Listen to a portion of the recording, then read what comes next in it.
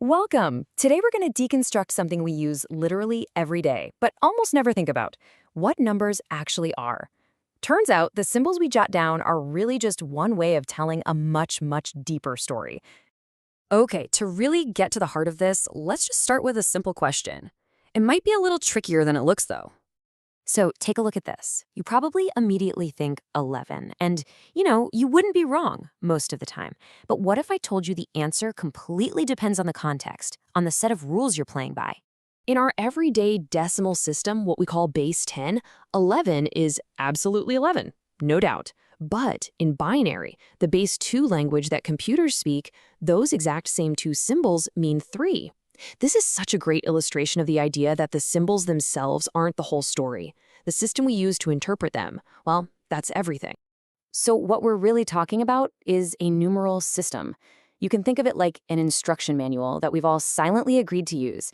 It's the set of rules that tells us whether the symbols 1 mean 11 or if they mean 3. Without that shared context, the symbols are basically meaningless. To see how this all works in practice, let's start with the system we all use without even a second thought, our familiar base 10. Because if you can really understand this, you can unlock all the others. It's called base 10 for a super simple reason. It's built on a foundation of just 10 unique symbols, 0 through 9. Every single number you can possibly imagine, no matter how huge, is constructed using just these 10 characters. When you see a number like 527, your brain does something kind of amazing without you even realizing it. You don't just see 3 separate symbols.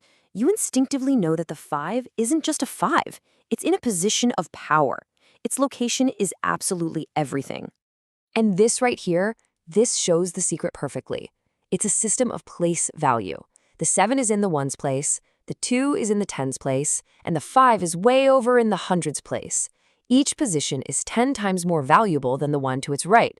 This whole idea, positional notation, that's the engine that drives the entire system. All right, so now that we've kind of decoded our own system, let's learn a new one.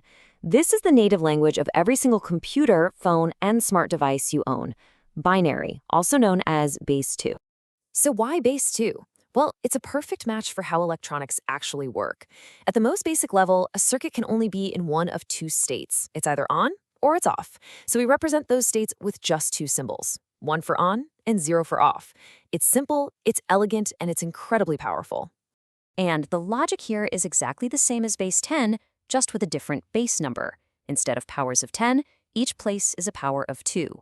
So we've got the ones place, the twos place, the fours, the eights, and so on, each one just doubling in value. So if we look at this example, 1011 in binary breaks down to 18, 04s, 12, and 11, which, when you add it all up, is 11 in our system. And get this, even the math is simpler.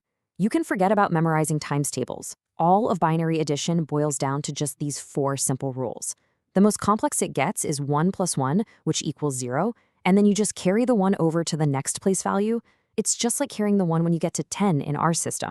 So binary is perfect for computers, but for us humans, well, long strings of zeros and ones can be an absolute nightmare to read, write, and especially to debug. There had to be a better way. I mean, just look at this. It's a sea of ones and zeros. Now imagine you're a programmer staring at millions of lines of this stuff, trying to find one single misplaced digit. It's a recipe for headaches and some very costly mistakes. Believe it or not, this D6 represents the exact same number as that long string of binary we just saw. This is hexadecimal, or base 16. Programmers use it as a compact shorthand because it's just so much easier for the human brain to read and remember D6 than 11010110. And right here, you can really see the pattern. The higher the base, the more symbols you need. For base 16, or hexadecimal, we actually run out of our usual numbers after 9. So what do? We just keep counting with letters. A stands for 10, B is 11, all the way up to F for 15. The huge payoff is that more symbols means you can express gigantic numbers in a really short space.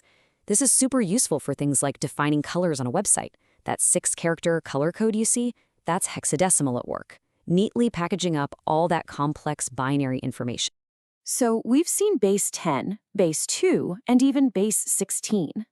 They all look different, but they're connected by one powerful unifying idea: The concept of 11, the actual quantity of 11 things, that's a universal idea. The symbols we use are just the language. So whether we write that idea as 11 in our decimal language, or 1011 in binary, or even B in hexadecimal, we're all talking about the exact same thing. We're just using a different alphabet to write it down. And that leaves us with a pretty fascinating final thought. We use base 10, and it's almost certainly because we have 10 fingers. But what if we had evolved differently? It makes you wonder, right? How much has our own biology shaped the way we see the world, even shaping something as logical and fundamental as mathematics itself?